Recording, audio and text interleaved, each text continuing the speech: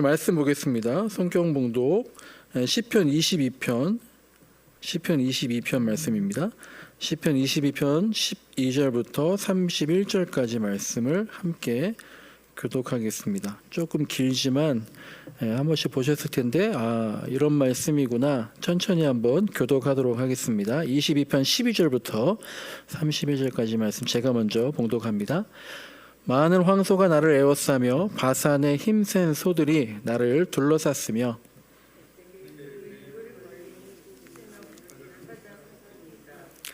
나는 물같이 쏟아졌으며 내 모든 뼈는 어그러졌으며 내 마음은 밀랍 같아서 내 속에서 녹았으며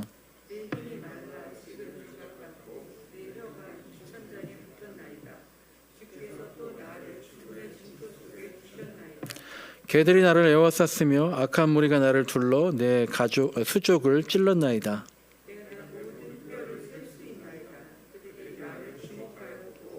내 겉옷을 나누며 속옷을 제비 뽑나이다.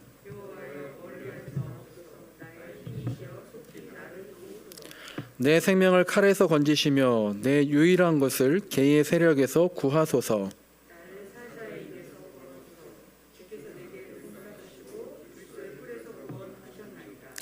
내가 주의 이름을 형제에게 선포하고 회중 가운데에서 주를 찬송하리이다.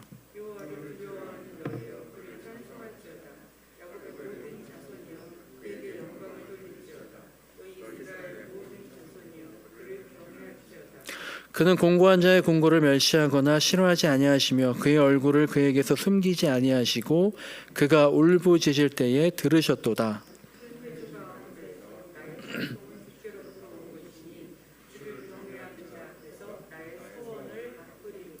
겸손한 자는 먹고 배부를 것이며 여호와를 찾는 자는 그를 찬송할 것이라. 너희 마음은 영원히 살지어다.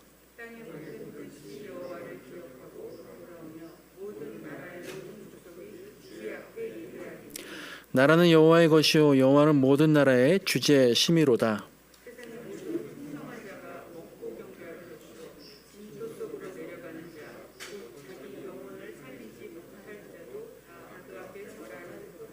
후손이 그를 섬길 것이요 대대의 주를 전할 것이며 와서 그의 공의를 태어날 백성에게 전하며 주께서 이를 행하셨다 할 것이로다. 아멘. 네, 우리 시편 말씀 봤고요. 우리 잠깐 지난주의 말씀을 정리 한번 해볼게요. 우리 지난주에는 베드로후서 1장 말씀을 같이 봤는데요. 믿음의 덕의 지식을, 그리고 지식의 절제를, 절제의 인내를, 그리고 인내의 경건의 형제의 우애를, 형제의 우애에 사랑을 더하자라고 하는 말씀을 나눴습니다. 저는 정말 이제 이 말씀을요 참 중요하게 생각을 해왔어요. 우리가 영접이라는 책을 같이 보기도 했지만 그러면서 떠올랐던 말씀이 이제 이 말씀이고, 영접이라는 책 속에도 이 베드로후서 1장 말씀이 있더라고요. 그래서 이제 지난주에 제가 설교를 했던 건데요.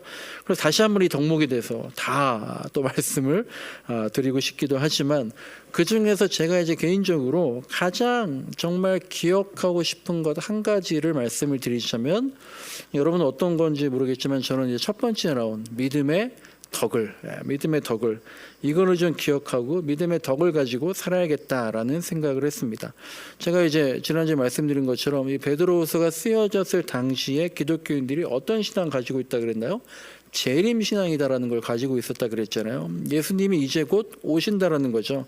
그러니까 말세니까 얼마 안 있으면 세상이 멸망할 텐데도 불구하고, 그러니까 믿음만 있으면 이 말세에 구원받게 되는데, 덕이란 것, 믿음의 덕이란 것, 성품, 인성, 이런 것들이 무슨 소용인가라고 생각하는 그리스도인들에게 베드로가 믿음이 다가 아니다, 덕을 가져라, 믿음이 다가 아니야, 덕을 가져라 라고 말했다는 겁니다. 믿음만이 다가 아니다. 믿음은 좋다는데 사람은 영 아니에요. 믿음은 좋은데 저분은 영 아니야. 그런 말을 제가 듣는다면, 이다론 목사 믿음은 좋다는데 좀 아니야, 그런 말을 들은다면 어떻겠어요? 목사가 뭐 저렇게 까칠해? 라는 말을 제가 최대한 안 들어야 되지 않겠습니까? 그러니까 이 믿음의 덕을, 이것을 다르게 말하면 믿음의 친절을 이다라는 거죠. 그래서 우리가 지난주에 같이 책 나눔을 한 믿음의 영접을, 친절을 이런 식으로 생각을 하는 거, 이것이 우리 교회의 DNA가 되었으면 좋겠다. 라는 말씀을 드렸고요. 그러면서 제가 1월 1책 우리 줌으로 할 때에 한 가지 말씀드린 게 이런 게 있어요. 삼성 AS 센터 직원처럼 해야 된다라는 말씀을 제가 드렸거든요. 그러니까 저는 그래요. 그냥 목회자에 대한 방향이 다 다르지만 뭐 그 중에 하나가 저는 그냥 목회자는 그래야 된다라고 생각해요. 우리가 삼성 AS 센터에 가게 되면 원하는 서비스, 친절에 대한 기대 이런 걸 가지고 있잖아요. 그리고 제일 그런 걸 만족시켜주는 곳이 삼성 AS 센터다라는 그런 얘기를 들었어요. 그러니까 제 생각에 목회자는 그런 마음 자세가 필요하다라는 겁니다. 그래서 이제 어느 교회들에서는요, 비행기 항공사 이제 스튜어디스를 가르치는 담당자분들이 있어요. 그 스튜어디스를 교육하는 분들, 그분들을 모셔다가 목자 교육을 시키기도 하고 그래요. 그러니까 그분들한테 부탁을 해서 강의를 해달라는 거죠. 그분들이 뭘 가르치겠어요? 믿음을 가르치겠어요? 경건을 가르치겠어요? 형제 우애나 사랑을 가르치겠어요? 그분들이 친절을 가르치겠죠.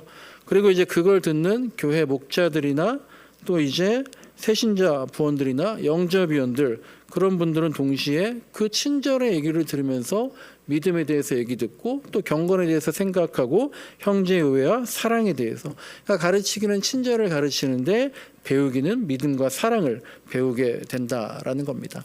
그렇게 이제 우리가 믿음의 친절을 영접하는 마음을 갖자라는 말씀들을 나눴었고요. 자, 오늘 말씀은 이제 시편입니다. 오늘 설교의 제목은요, 그러니 어찌해야 합니까? 그러니 어찌해야 할까요? 라는 제목입니다. 그러니 어찌해야 될까요? 라는 거죠. 그러니까 이 말씀을 제가 오늘 본문 보자마자요, 큐티하는데 정말 마음이 확 그냥 옥죄어 오는 것을 느꼈어요. 12절 처음 말씀이 그러잖아요. 많은 황소가 나를 에워싸고 있습니다 라고 다윗이 얘기하고 있어요. 많은 황소가 나를 에워싸고 있다. 내가 이제 주변을 돌아보니까요, 이렇게 제가 이렇게 주변을 쭉 돌아보면 다 친근한 여러분들이 계시잖아요. 근데 주변을 돌아보니까 황소가 나를 에워싸고 있다라는 거예요. 어떤 반려견들, 뭐 푸들이나 말티즈나 뭐 포메라니안 같은 막 그런 귀여운 반려견이 나를 둘러싸고 있으면 좋을 텐데 황소들이 나를 둘러싸고 있다. 근데 그 작고 귀여운 반려견도요, 10마리, 20마리가 있으면 그것도 무섭거든요. 근데 그런 반려견들이 아니라 황소, 힘센 그 황소들이 나를 둘러싸고 있다. 한번 여러분 상상해 보세요. 어떨까요? 며칠 전에 유튜브를 보다가 그 동물농장, 요즘에 저희 딸아이가 동물농장 유튜브를 자주 보는데 저도 여기서 계속 보다 보니까 용인 에버랜드에서 어떤 얼룩말, 새끼 얼룩말을 돌봐주는 그 스토리가 나오더라고요. 이 새끼 얼룩말이 태어나자마자 엄마랑 떨어지게 됐었어요. 그러니까 이제 계속 혼자 자라다 보니까 정서 상태가 좀 불안하더라고요. 그러니까 이제 얘가 막 혼자 있으면 막 뒷발질하면서 막 난리치고 하니까 그럴 때마다 사육사들이 들어가서 안아주고 달래주고 하는데 저는 이제 그 사육사들이 그 얼룩말, 작은 새끼 얼룩말이지만 자 우리 컨테이너만한 그런 공간에 사육사들이 막 들어가는 거예요. 그때마다 막 되게 불안하더라고요. 왜냐하면 새끼 얼룩말이지만 그 뒷발로 맞으면 이제 정말 장난 아니거든요. 걔가 막 날뛰고 있는데 사육사들이 들어가서 안아주고 막 쓰다듬어주고 막 그러는 거예요. 근데 이제 막 어떻게 하나 싶었는데 뭐 다행히 어쨌든 잘 달래주고 하는데 그렇게 이제 새끼 얼룩말이 만약 여기 한 마리 있다고 생각해 보세요. 걔가 막 날뛰고 막 그렇게 해요. 그거 생각만 해도 겁이 나는데 지금 다윗이 어떻게 은유적으로 얘기하냐면은 내 주변이 다 힘센 황소들만 나를 둘러싸고 있다라고 지금 표현을 하는 겁니다. 그만큼 정말 두렵고 떨리는 그런 상황이다라는 거예요.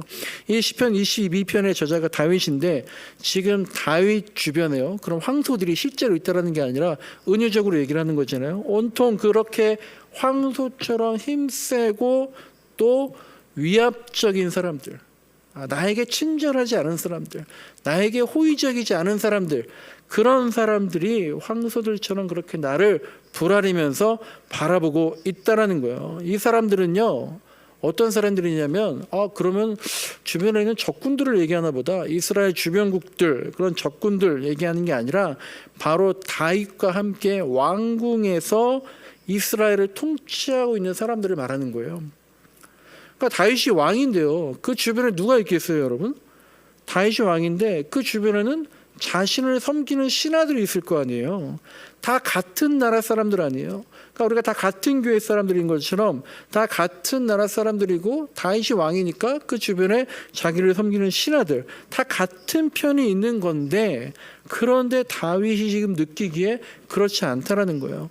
다윗 주변에 있는 신하들이 다 자기 편이 아닐 뿐만 아니라, 내 신하들이니까 내 편인 줄 알았는데 그게 아닐 뿐만 아니라 또한 다윗 자신보다도 더 강한 세력을 만들어서 지금 편을 갈라놓고 대립하고 있다.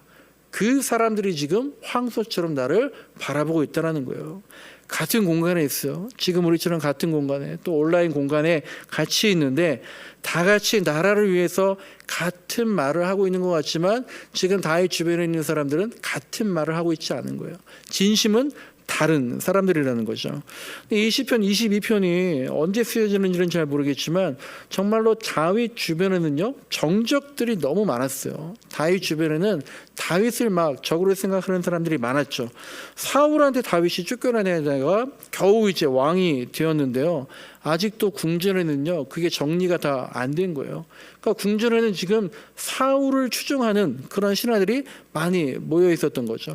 그들은요 다윗과 함께 들어온 그 장수들을 보면서 오히려 다윗과 그 장수들을 반란군처럼 여겼을 겁니다.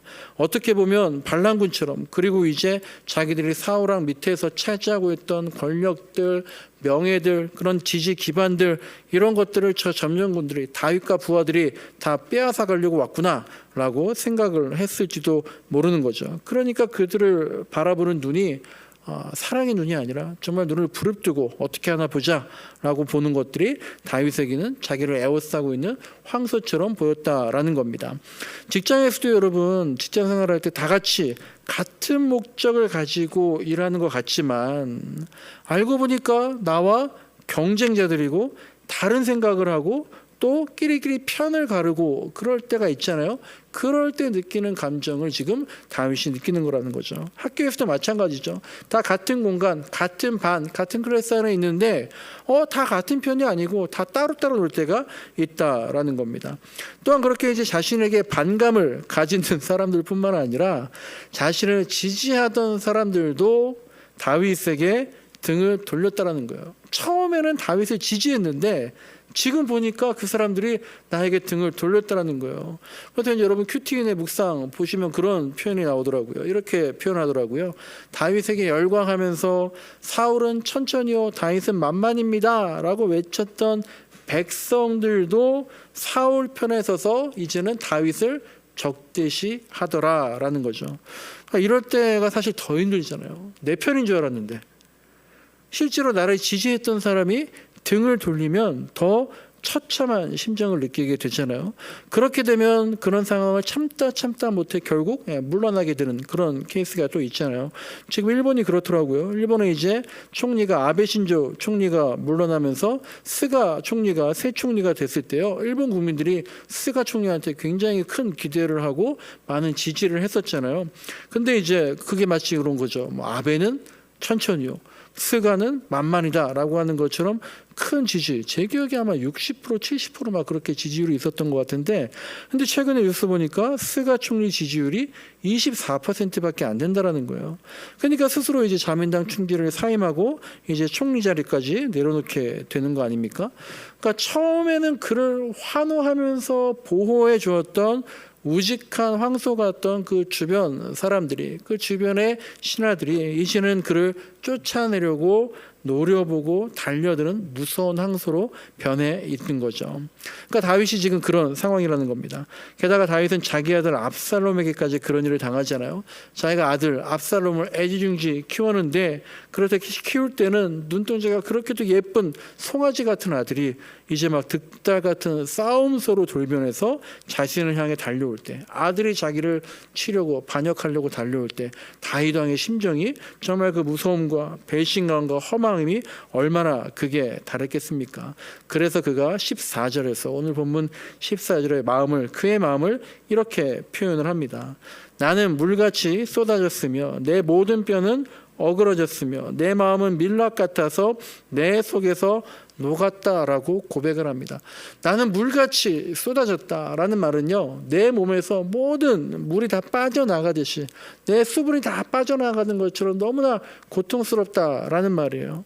그렇게 힘이 다 빠져가지고 죽을 것 같다라는 말이죠. 그리고 내 모든 뼈마디가 다 어그러졌다라고 합니다. 뼈가 어긋나는, 내 몸에 있는 관절과 뼈가 다 어긋나는 그런 고통 가운데 있다. 그래서 내 마음이 촛물처럼 다 녹아내려서 이제 더 이상 견딜 수가 없겠다라는 거예요. 혹시 여러분도 이런 마음이 있을 때가 있잖아요. 지금 내가 더 이상 이제는 못 버티겠다, 이제는 못 견디겠다, 정말 모든 게 다 녹아내리고 쏟아졌다, 정말 관절이 다 아프다. 왜 그렇습니까? 다윗이 지금 왜 그럴까요? 주변에 나와 같이 있는 사람들이 아군이 아니라 적군이 되었기 때문에 그런 거잖아요. 내 주변에 있던 사람들이 다 적으로 돌아섰어요. 그런데 누가 잘못해서 그렇게 되었을까요? 다윗 주변의 신하들만 잘못을 했을까라는 거예요. 다윗에게도 잘못이 있었던 것 같아요. 여러분, 손바닥으로 박수를 치는데요, 한 손바닥으로는 박수를 칠 수 없어요. 제가 종종 여러분 화해할 때요, 혼자 하는 게 아니다라는 말을 하는데요, 화해라는 것도요, 혼자 박수 칠 수 없는 거예요. 둘이 손을 맞잡아야 되는 거예요. 근데 잘못된 관계에도 마찬가지인 것 같아요. 두 손이 마주쳐야 박수 소리가 나는 것처럼 미움이라는 것도요, 배신이라는 것도요, 외로움이라는 것도요, 내 마음은 좀 아프겠지만 상대방만 잘못해서 그렇게 된 게 아니다라는 거예요. 나 역시 그들에게 아픔을 주었기 때문에 다윗이 지금 이런 상황이 된 것 같아요. 여러분, 유대인들이 가장 존경하는 역대 왕을 꼽으라 그러면 다윗을 꼽죠. 그렇지만 다윗 역시 잘못한 것이 많은 인물입니다. 미국에서도 링컨을, 우리나라에서도 어떤 대통령을 가장 위대한 왕이다, 백성들이 존경한다, 국민들이 존경한다라고 하지만 모든 걸 잘한 건 아닐 거 아니에요. 다윗 역시 잘못한 것들이 많이 있어요. 이스라엘이 죽음과 전염병의 위기에 놓여 있었던 때가 있었습니다. 왜 그렇게 이스라엘이 하나님께서 너희 얼마 죽을래, 얼마 동안 전염병 가질래 그렇게 얘기했습니까? 다윗이 인구조사를 계속해서 반복해서 했기 때문이죠.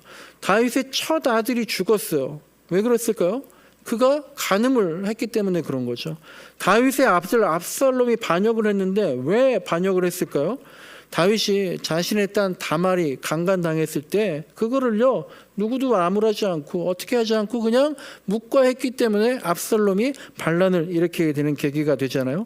그리고 다윗이 죽은 후에 이스라엘이 남과 북으로 갈라져요. 왜 남과 북으로 갈라졌을까요?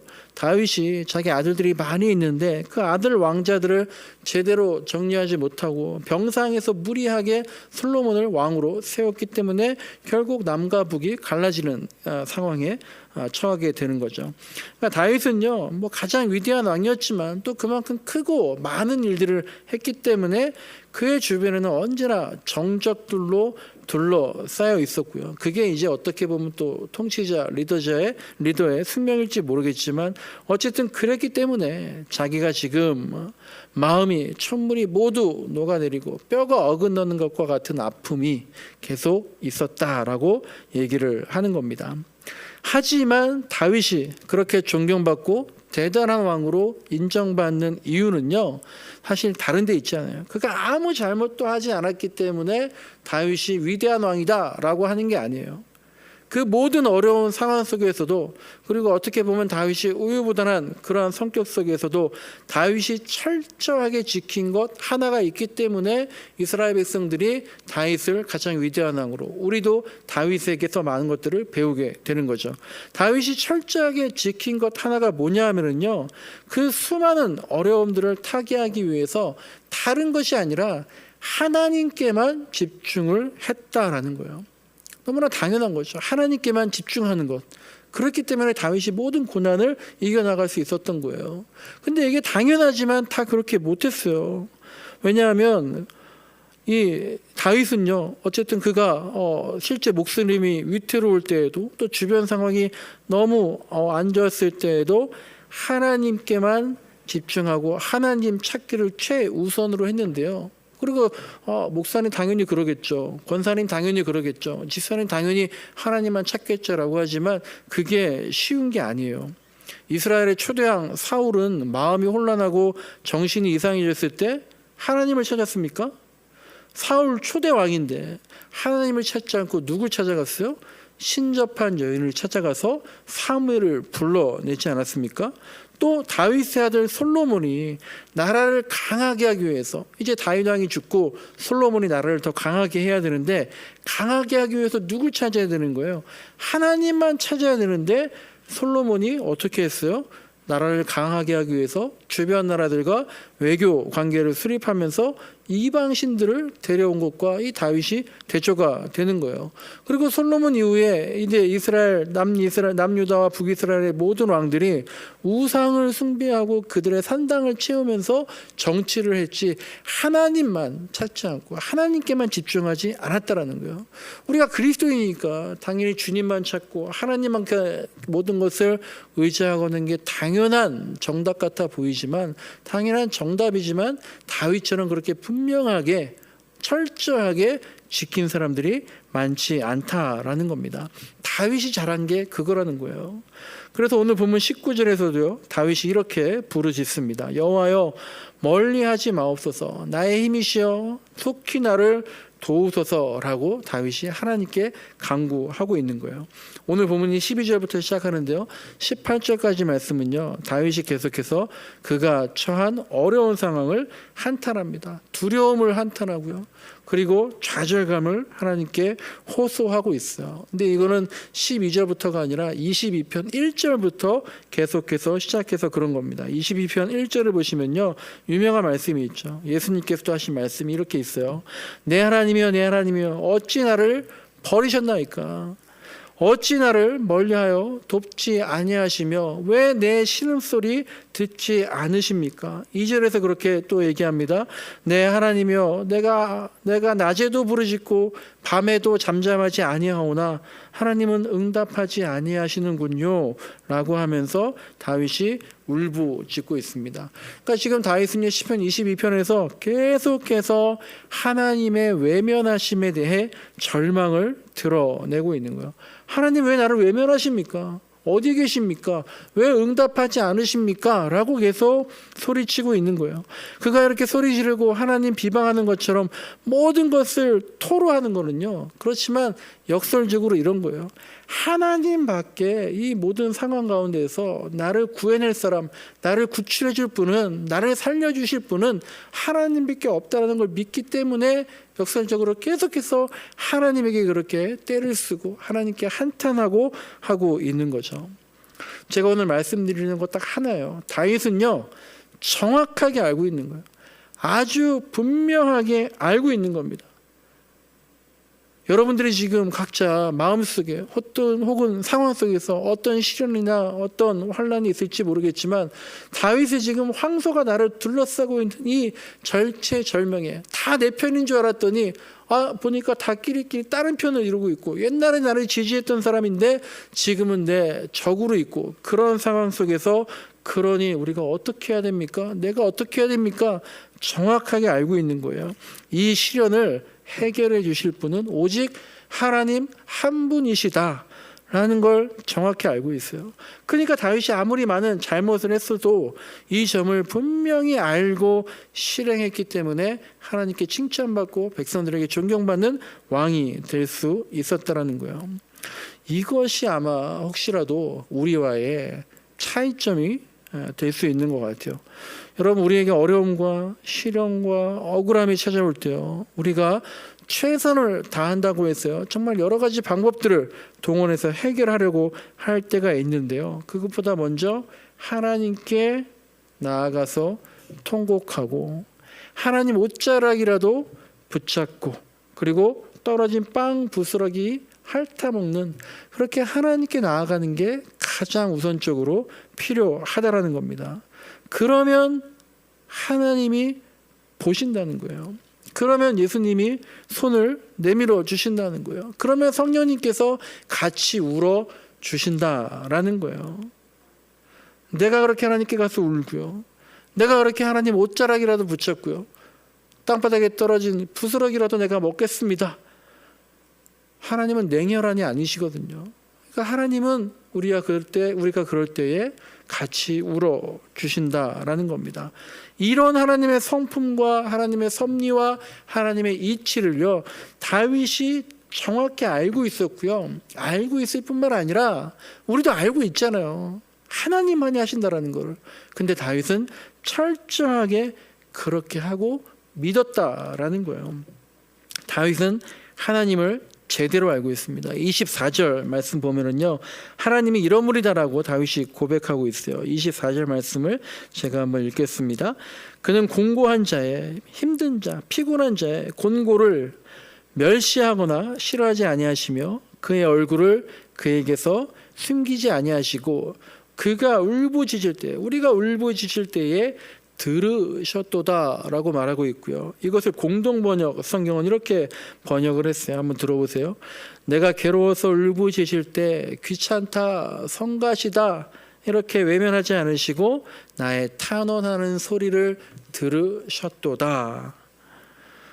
여러분, 사람은요, 아무리 가까이 있어도요, 또 매번 그렇게 들어주기 힘들잖아요. 근데 하나님은 귀찮다, 성가시다 이런 말씀 안 하신다라는 겁니다. 하나님은 그런 분이다라는 걸 다윗은 머리로만 아는 게 아니라요, 확실히 믿고 있었던 거예요. 26절에도 이렇게 말하잖아요. 겸손한 자는 먹고 배부를 것이며 여호와를 찾는 자는 그를 찬송할 것이다. 이게 하나님의 이치다라는 거예요. 여러분, 겸손한 자는 먹고 배부를 것이요, 이 말을 믿습니까?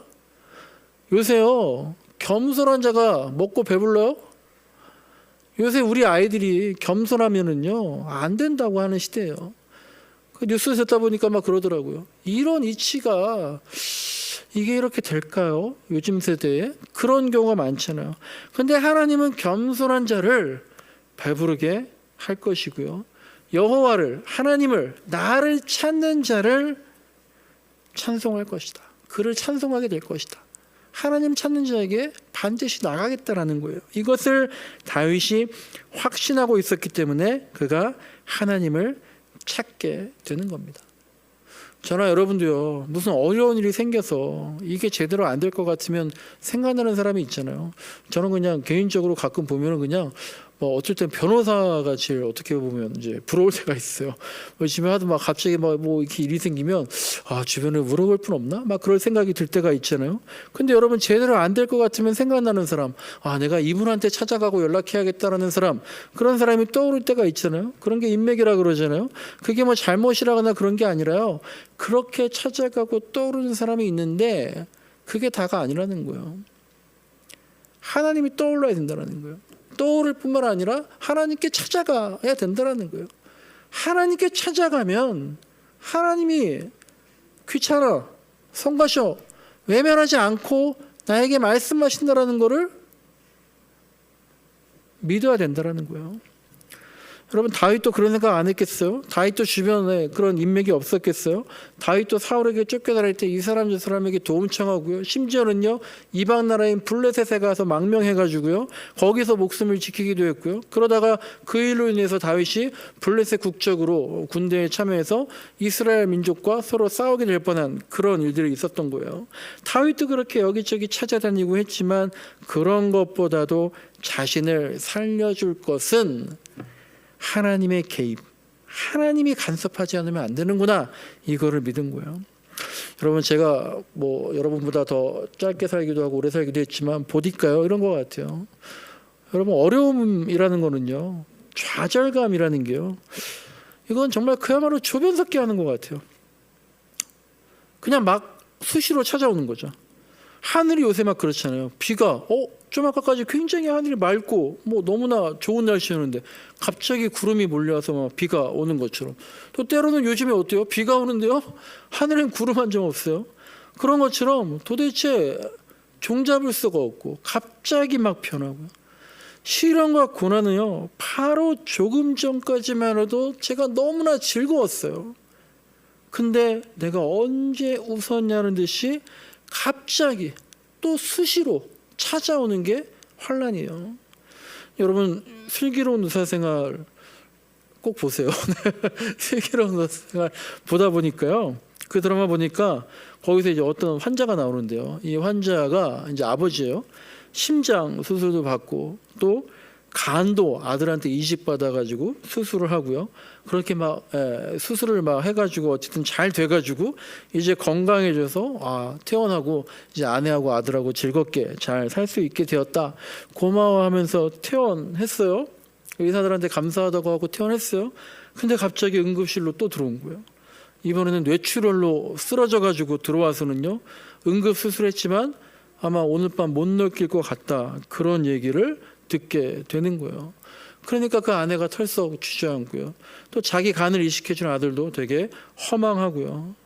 시련이라는 게요. 그러니까 그렇게 갑자기 언제나 찾아올 수 있다라는 거예요.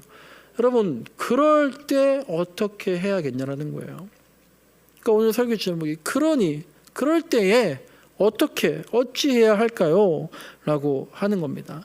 그럴 때에 여러분 우리가 시편 22편에 다윗을 기억을 했으면 좋겠습니다. 다윗이 어떻게 했나요?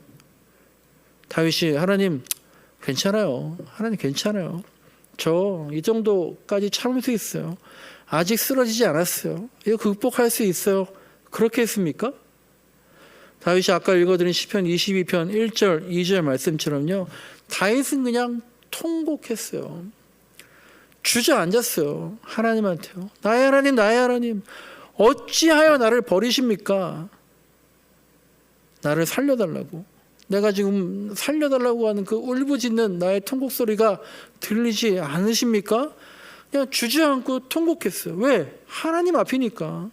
예수님도 그러셨잖아요. 십자가에 달리신 예수님께서 처음부터 이렇게 말씀하셨어요.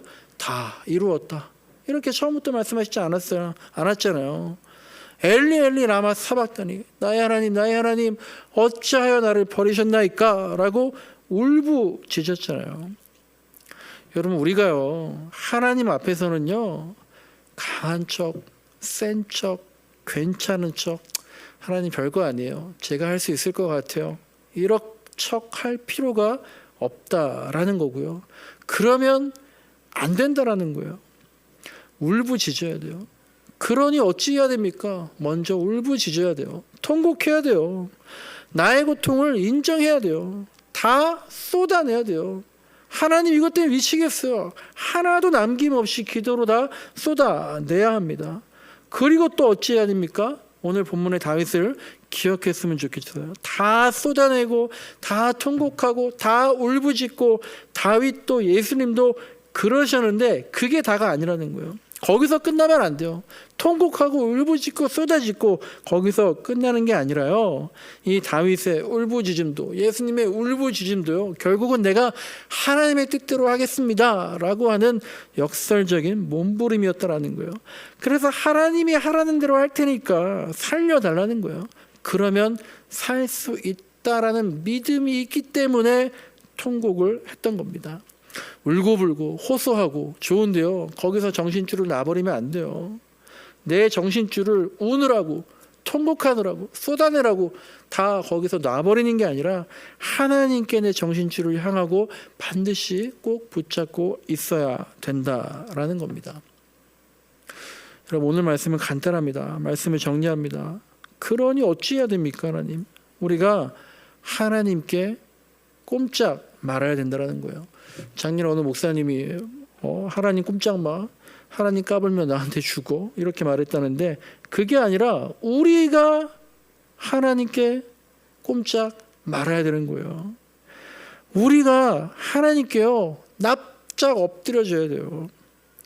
22절부터 오늘 본문의 22절부터 다윗의 한번 기도를 보세요. 하나님께는요 다윗은요 왕도 아니고요 어른도 아니고요 그냥 하나님 앞에선 자녀예요. 피조물이에요. 그냥 어떻게든 살아보려고 다윗이 납작 엎드려서 기도하고 있는 거예요. 그리고 믿는 겁니다. 하나님의 이치를 믿는 거예요. 하나님의 성품, 하나님의 섭리를 믿는 겁니다. 우리가 그냥 피조물이 아니라 하나님의 자녀라는 것을 믿는 거예요. 여러분 사람을 믿는 것이 아닙니다. 경험을 믿는 것이 아닙니다. 그리고 내 지식, 내 실력을 믿을 것이 아니에요. 돈을 믿을 게 아닙니다. 하나님을 믿는 겁니다. 하나님만 믿는 겁니다. 이따가 우리가 찬양할 텐데 내 영혼이 확정되고 확정되었사오니 믿음의 눈 들어서 주만 바라봅니다. 하나님께만 확정되고 하나님만 믿는 거예요. 여러분 아까 말씀드린 것처럼 우리에게요 시련은 수시로 찾아와요. 수시로 시련이 찾아옵니다. 여러분 저도 어려워요. 여러분 지금 저보다 어려운 분들 계시나요? 네, 계시죠. 당연히 있을 겁니다. 그런데 여러분의 시련은요 객관적이지 않은 것 같아요. 시련은 주관적인 것 같아요. 때로 어떻게 보면은요 남들이 볼 때요 아무런 문제가 없어 보여요. 근데 그 사람은 죽을 것 같다는 거예요. 때로 어떤 경우에는요 정말 저 사람은 어떻게 하루를 버티고 사나 싶은데 그 사람은 아무렇지도 않다라는 거예요. 제가 개척하면서요 우리 대덕한빛교회 성도분들께서 개척 헌금을 하셨잖아요. 근데 어느 분이 100만 원을 헌금하셨어요. 근데 그분이요 지금 어떤 상황인지 제가 너무나도 잘 알아요. 저만 그분이 지금 너무나 어려운 상황을 아는데 이분이 이렇게 큰 돈을 헌금할 수가 없는 분이었거든요. 그런데 그렇게 하시더라고요.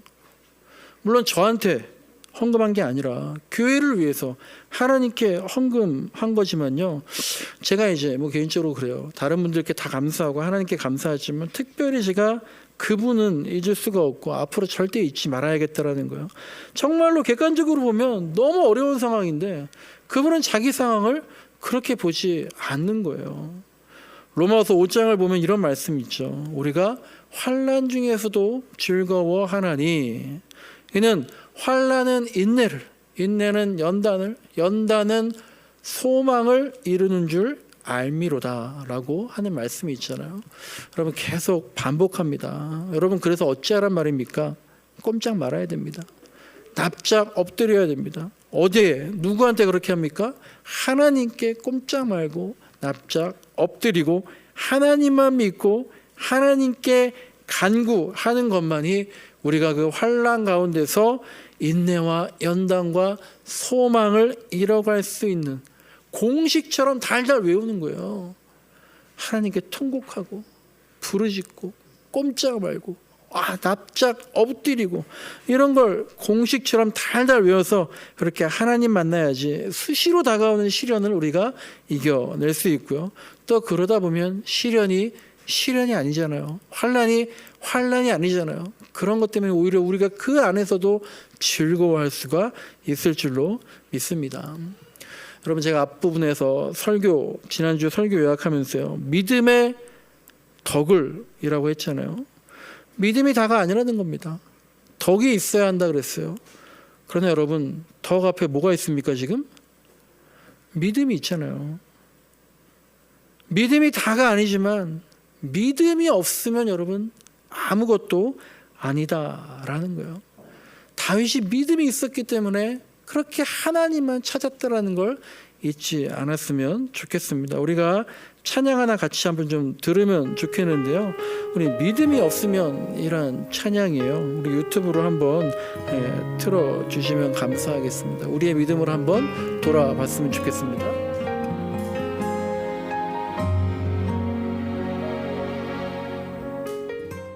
믿음이 없이는 이렇습니다. 우리 마음이 둔해서 주님을 못 보고요.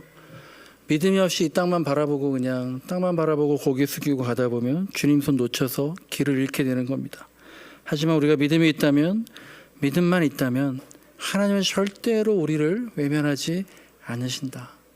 이거 모르는 사람 아무도 없습니다. 믿음이 있다는 건 아는 게 아니잖아요. 믿음이 있다면 그렇게 행하는 거잖아요. 우리가 정말로 하나님은 절대로 우리 외면하지 않으십니다. 이것을 우리가 체험하고 간증하고 고백하며 살아가는 우리 동해 한빛교회와 우리 성도들 되시기를 간절히 소망합니다.